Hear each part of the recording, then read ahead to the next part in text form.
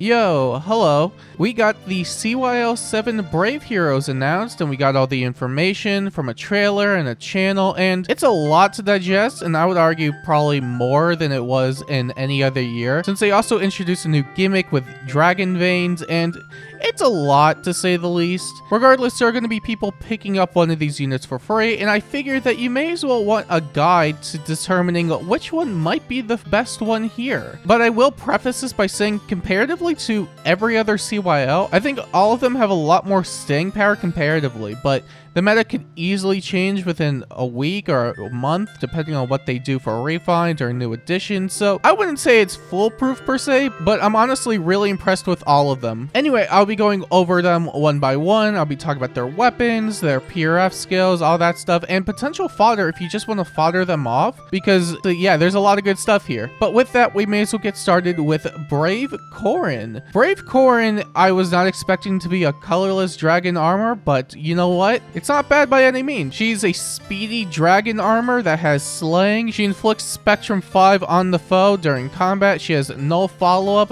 30% damage reduction, and adaptive damage because she's a dragon. But now she has the new Divine Vein Stone effect, which is a new terrain gimmick we're getting in the game. After any action she takes, she'll inflict this big stone terrain thing within 2 spaces of herself, which not only grants 6 defense and res during combat, but it also removes 10 flat damage from specials, and it has AoE protection, aka your blazing winds, your growing winds, your blazing lights, all of those just halved. And this applies to any unit within that range of the terrain, any unit and ally, which is just a really nice utility thing to have around. Normally, a lot of these flavor of the month far saves or god swords that we tend to get each month generally have the same thing but more. But what Corrin is able to do to set herself apart from a lot of the other ones is now that we have Divine Vein, because even outside of just far save support, she has the new terrain thing that also affects allies, and even if she were to fall in combat, that terrain is still going to apply for the rest of the turn, as far as I know at least. But it will reset on the following turn, but I don't think that's that big of a deal. She has a really absurd amount of bulk, especially with her other PRF, Realms United, which has innate distant counter, inflicts Spectrum 7 on the foe during combat, and for every foe's first attack, she just removes 7 damage. That combined with her innate damage reduction, the amount of damage she can remove from specials, the area of effect damage reduction, it's a lot of just removed damage. And when you consider her stat line is a lot more speed oriented, it's actually really nice to compensate for the amount of stats that she would have otherwise gotten to her defense and res. Obviously, she does have some weaknesses because her A slot is being taken up by her PRF or Realms United, and because she doesn't have guard innately in her weapon, she can still fall to any sort of Bridal Catcher, Spiral 4, Deadeye stuff, assuming they have the attack stat for it. But I also think because she has Armored Flow and a lot of Daunt in her weapon, she could easily just shrug off a lot of it. Again, it will have to see practice, and we literally just got these new units with the new Divine Vein gimmick, so it's really hard to analyze on that front. But I think even with lacking that defensive prowess, she still has other stuff that allows her to stand out comparatively to other far saves. So even in the scenario where she can't daunt any specials entirely, where someone like Bride Tiki can, she still has Divine Vein Stone, which offers a really good amount of utility that most other saves just can't do. Even outside of just the Divine Vein gimmick itself, a lot of them are really just there to protect allies. And even in a scenario where she may get quote-unquote power crept, I can definitely see her still retaining a lot of value because of the Divine Vein Stone gimmick. Again, assuming they just don't print that out on multiple units in the future. Overall, I am really impressed with her, but I would definitely say she's most likely the most straightforward one, just new gimmick, but that's not bad by any means. But if you did just want to grab her for fodder, she has Armored Flow, Counter Roar 4, which is a new Dragon's Wrath skill that also inflicts debuffs and heals after combat, and she has attack speed far save. But because Counter Roar 4 is a new line of skills, you will have to choose between either getting Armored Flow and Far Save or Counter Roar by itself. I assume it's going to be its own skill tree because we've never seen this before and they've done this with Beast Sense, so take that for what you will. Next we have Soren, and honestly, I think I'm probably the most attached to this unit comparatively to all the other ones, mainly because he has a lot going for him. Not only is he a really, really good combat unit because he has no guard, a dual phase brave based on his res stat, res based damage reduction, slaying, and a bunch of stats, but he could also act as a really, really good utility unit because he could grant anybody the savior status, which is absolutely insane. I really can't understate how much of a game changer this is probably going to be going forward. Again, to preface, they could always just introduce some more stuff that negates saves or removes visible buffs, but for the time being, I think this has so much potential to make any mode just absolutely insane. But let's not get too far ahead of ourselves. Arcsage Tome is a slaying tome that has res-based damage reduction. It grants spectrum stats based on how many of the highest bonuses an ally has within a certain amount of spaces,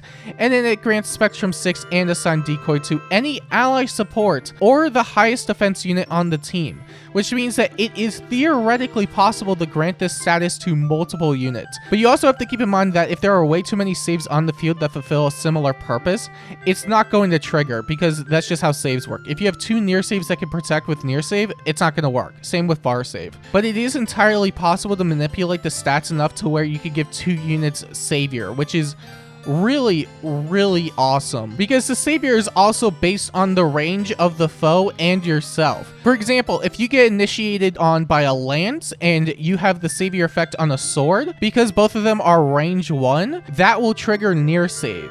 But if you give this savior effect to a tome, for example, and you get initiated on by a dagger or bow or anything that is also 2 range, that will trigger far save. But it's also worth mentioning that you can't give this to an armor that has savior equipped.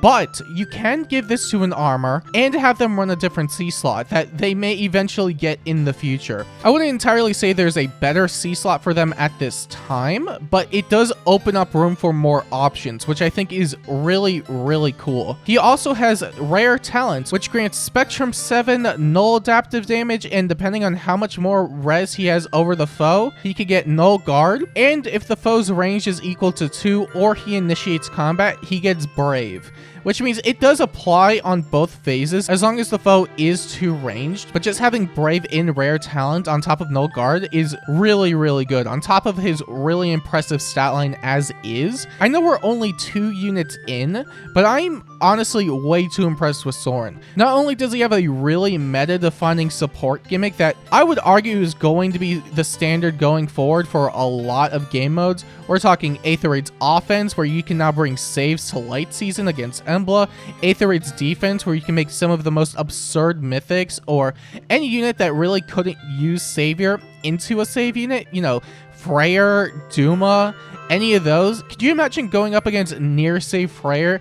That'd be absurd, wouldn't it? You have Chaos Season, where now you can run as many saves as you want because there's no limit there. You could go the Summoner Duels and have multiple saves there. There's so much potential with Assigned Decoy that I'm really, really surprised they just made it so easy to give out. And the fact that you could give this to multiple units is really, really dumb. So even if you were to lose your primary far save or near save, you could still give it to another ally and they could still act in place of it. But even the support gimmick aside, he also has a really, really good combat niche because not only does he have null guard, but he also has brave, so he's guaranteed to get a lot of damage out as long as he's able to initiate combat or if he can take a hit from a 2-ranged foe. And as long as they're magic oriented, I'm not really worried about that much. Physical, it's a bit more debatable, but he does have damage reduction, so that does help a bit. But with that being said, I'm honestly the most impressed with Soren. He offers not only great utility, but he can also carry himself. And for that, I think he might be one of the best ones here.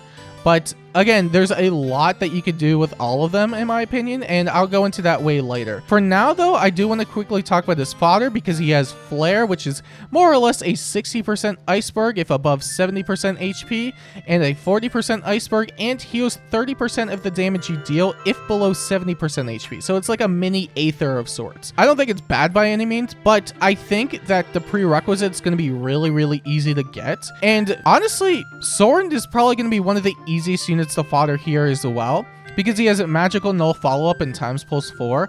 Times Pulse 4 is definitely a bit more expensive, but magical null follow-up you'll be able to grab really easily because we do have null follow-up in the Grail shop thanks to Lumera.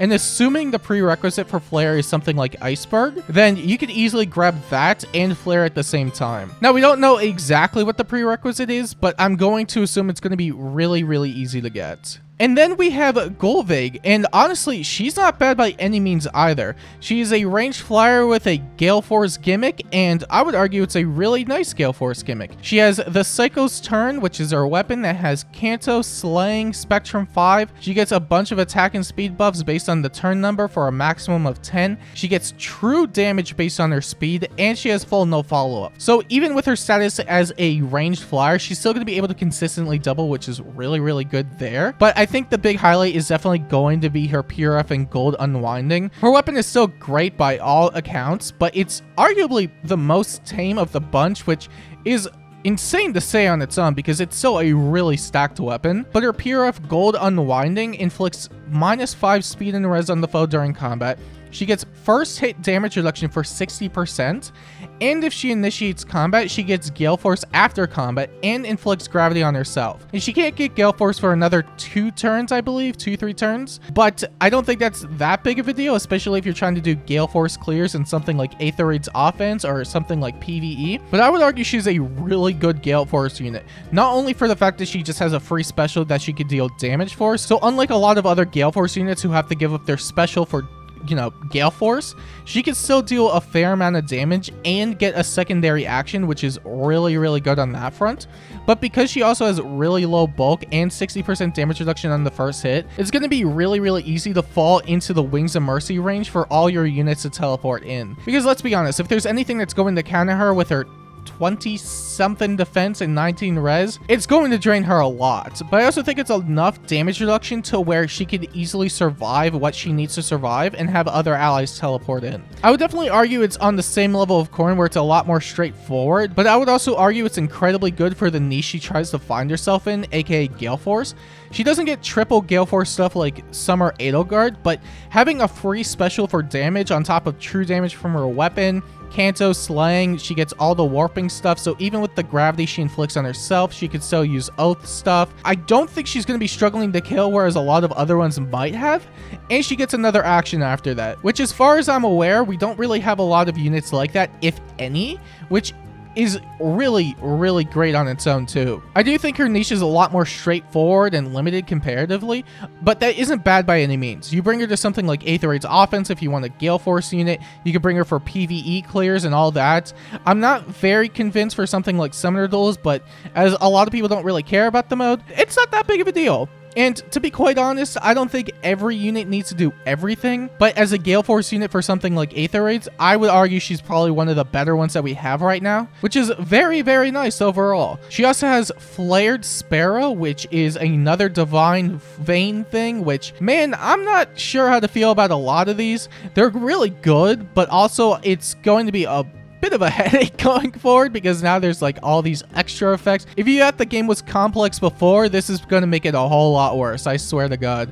But Flared Sparrow, it's 7 free damage at the beginning of combat. It's not tacked on, it's just you get 7 damage, you can just inflict it on the foe. Really weird, but now it's another battle calculation thing that we have to take into account. You get 7 attack and speed during combat, and after combat you inflict Divine Flame Vein, which also has a lot of free chip damage. At the start of turn, anybody standing on that takes 7 damage, and if you enter a combat while standing on the tile, you also take another 7 damage. It's just free damage. But it is worth mentioning that it isn't lethal damage. So even if you are at 1 HP, you can't go below that if you were to stand on the tile. But I think it's worth mentioning that now because we have these Divine Veins going on, it might honestly be a really nice counterplay to stuff like Divine Vein Stone. Again, it is a bit early to determine how this is all going to work, but the veins do not overlap, so whichever applies next is just going to remove the other effect. So it is entirely possible that if you initiate combat on Brave Corrin, and Flared Sparrow goes off after combat, you can remove part of the stone effect, which would actually be really, really nice just to make it a bit more bearable to take her out. But I'm going to assume as we go on, we're going to get more of these veins. And with this being applied after combat, it's probably going to be a nice, solid way of removing a lot of other terrain from other allies or foes. But otherwise, she has attack speed Oath 4, and she might be the easiest one to fodder as well, because I'm also going to assume the prerequisite for Flared Sparrow is something like Swift Sparrow 2. Oath 3 is readily available in the Grails, Swift Sparrow 2 is in the normal pool. I think Oath 3 might also be in the pool, but I don't remember. I do remember Holst having Oath 3, but even then, it's really easy just to grab her entire kit, which I think is pretty nice. And again, even with how straightforward she might be, I don't think she's bad by any means. I think she does what she needs to do, and she does it well. And then lastly, we have Brave Robin, who is a sword, but doesn't have Levin's sword. He has Deliverer's Brand, which is a speed +3 weapon that grants Spectrum 5, 40% first hit damage reduction, tempo, and if his cooldown count is 3 or more, he has anti-damage reduction on the special trigger, and if it's a defense-based special, aka your glowing embers, Ignis, bonfires, he gets adaptive damage on it, which is really nice. I will say it's a lot easier to write something like Robin off because it does seem like another flavor of the month god sword. But I think what's going to keep him a lot more relevant comparatively to a lot of the other ones is that he also has extra utility in Tip the Scales, which is a very, very nice supportive skill. It grants Spectrum 3 to himself during combat and Rally Spectrum to himself and allies within 2 spaces, which not only grants an additional Spectrum 5 during combat, but depending on the weapon type that they have, they get a quickened pulse effect. If the weapon they have equipped either has a brave effect or a slaying effect, they get 1 quickened pulse, and if it has neither of those, they get 2 quickened pulses, which means you can just manipulate specials really, really easily as long as it's a damaging special. Presumably, it's not going to work with stuff like Gale Force because it isn't a special that triggers during combat from either you or the foe, but just having the pulse effect on its own is really, really good, considering you could also grant this to any ally whenever you want, and it's just a constant visible buff. I think the closest comparison would probably be something like Dual Asker's Open Domain, which is also really nice because it grants times pulse to everybody if their special is maxed, but it doesn't seem to have any sort of requirement. I think you just get it, which is really, really good. And if any ally within 5 spaces has this visible buff, then he could just teleport to them and do whatever, which is really high range. It is a really high range effect. 5 spaces is no joke. I already talked about 3 spaces being pretty good and 4 spaces being a lot. 5 spaces is basically the whole map at that point.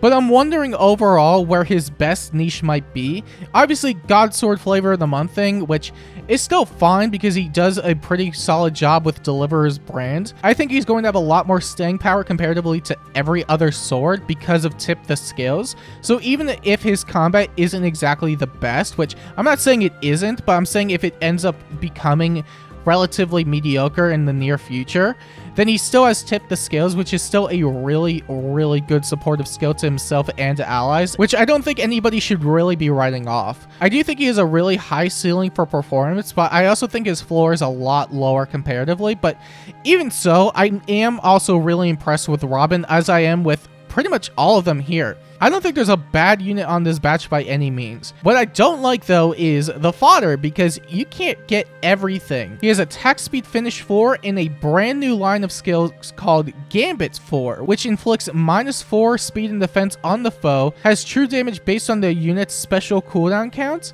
and it has damage reduction based on the same prerequisite. So it is a lot of true damage and a lot of damage reduction depending on what special count your weapon is at or the special you're using. It has a lot of potential.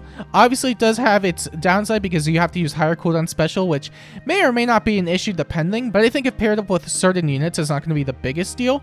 But you can't grab Gambit 4 and attack speed finish 4 at the same time. You have to choose between, and because Gambit 4 is a brand new line of skills, you can only grab that since there isn't any existing prerequisite. That being said, I'm gonna want to have to see the inheritance restrictions. I'm going to assume infantry melee again, but because it's a brand new skill, it could literally go on anybody. And overall, I really like all these CYO units this time around. I think this might be the most fun CYO we've gotten ever. Because usually when it comes to a lot of these choose your legends units, you have like a couple that are like mediocre, and then you have a couple that are like standout, or even in some scenarios they all just kind of flop, which, you know, that was mainly CYL3 and CYL4 except for Edelgard for the most part. But here, I feel like all of them have a really good enough niche to where I don't think I could call any of them bad. But if you did have to choose any of these units just for free, I think Soren might be the best one. He has incredible mixed utility, not only because of his solid combat, but making anybody a savior unit has so much potential to make a lot of stuff really, really easy for you and difficult for the opponent. I'm really looking forward to seeing what I can potentially do, or what others can potentially do with the savior effect when given to other units, because I think there's so much that could be done here that I think it's probably going to be a game changer moving forward, even with the tile stuff too. I think this is probably the next best thing as well. But again, you still have Corrin, Robin, and Gullveig, who are also really nice on their own as well. Corrin is basically another flavor of the month save, but she also has terrain utility, which is really, really nice. She has a lot of speed, and she can be a really fat far save, so I imagine her tanking prowess is going to be really, really nice. Robin, while potentially looking like another flavor of the month Godsword, still has his mixed utility because of Tip the Scales, which I highly doubt is going to age, but the only thing you may have to watch out for is the warping stuff, because we potentially have Gatekeepers Refine next month, and that could easily be a really meta-defining thing, or it might not be. Or they may just introduce more anti-warp stuff in the future too, so even the 5 space thing may not necessarily be the best, but it still has plenty of usage, and even if you can't get that specifically off, granting the quick and pulse stuff during combat to all allies is very, very useful. And Gullveig, while definitely a lot more limited in scope because she's mainly Gale Force PvE oriented, she's still going to be one of the better Gale Force units that we have, because she could also use a special, and she gets true damage, and she has no follow-up. And because her bulk isn't exactly the highest, and she has 60% damage reduction on the foe's first hit, she can fall into the Wings of Mercy range really, really easily. But in my opinion, if you had to choose any of these for free, I think Soren is probably going to be your best bet. But you can't go wrong with any of these units by any means. I think the one skill you should probably look out for though is Flared Sparrow, because that's probably going to be a really big thing moving forward, but we'll have to wait and see what they do with a lot of these effects. Until then, that is pretty much my thoughts on CYL7. Are you particularly excited for it? Do you not care for any of the units? Which one do you plan on picking up? Let me know down below, and if you want to see more videos like this, make sure to like and subscribe. And until next time, I'll see you later.